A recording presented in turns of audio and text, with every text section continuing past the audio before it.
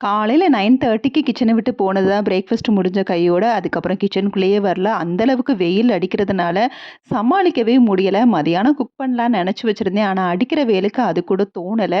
12:00 வரைக்கும் ஃபேன் போட்டு உட்காந்துட்டு வேலை செய்யவே தோணல. அந்த மாரி இருந்தது. அதுக்கப்புறம் தான் வந்து கிச்சன் ரொம்ப கலைபரமா இருந்தது. சரி அதெல்லாம் கிளீன் பண்ணலான்னு சொல்லி எல்லாத்தையுமே வந்து எடுத்து வச்சுட்டு சும்மா ஈர துணிய வச்சு நல்லா தொடச்சு விட்டுறலாம் அப்படிங்கிற மாதிரி சும்மா மட்டும் தண்ணீல வந்து நனைச்சு அந்தந்த இடத்துல செட் பண்ண வேண்டியதெல்லாம் செட் பண்ணிட்டு தான் கிளீன் பண்ணேன்.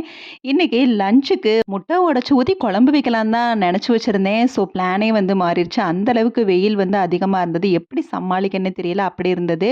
சரி அதனால இன்னைக்கு லஞ்சுக்கு இன்னும் கிச்சன்ல நின்னு சமைக்கவும் கடுப்பா இருந்தது. ஸோ இன்னொன்னு வந்து உடம்புக்கும் குளிர்ச்சியாவும் இருக்கட்டுங்கிறதுக்காக வெளியில கம்மங்கூழ் தான் வாங்கிட்டு வந்தாச்சு. ஸோ அதனால கிச்சன் கிளீனிங் முடிச்ச கையோட வாங்கிட்டு வந்த கூழையும் குடிச்சிடலான்னு சொல்லி எடுத்து வச்சுட்டு இருந்தேன். அதுக்கு சைடிஷா குடுத்த மாங்காவெல்லாம் பார்த்தோனே சாப்பிடணும்னு தோணுச்சு. ஸோ சாப்பிட்டு முடிச்சுட்டு தேன் 1 லிட்டர் அளவு கிடைச்சது. அது இயற்கை தேனான்னு செக் பண்றதுக்காக ஒரு தட்டுல கூட நம்ம தண்ணி ஊத்தி கொஞ்சமா தேன் ஊத்தி செக் பண்ணலாம். இல்லன்னா பேப்பர்ல ஊத்தி கூட செக் பண்ணலாம். பேப்பர்ல தண்ணி ஊத்தினா ஆக்சுவலா வந்து பேப்பர் நமத்து போகும். பட் பியூர் ஹனியா இருந்தா பேப்பர் நமத்து போகாதுன்னு சொல்லுவாங்க.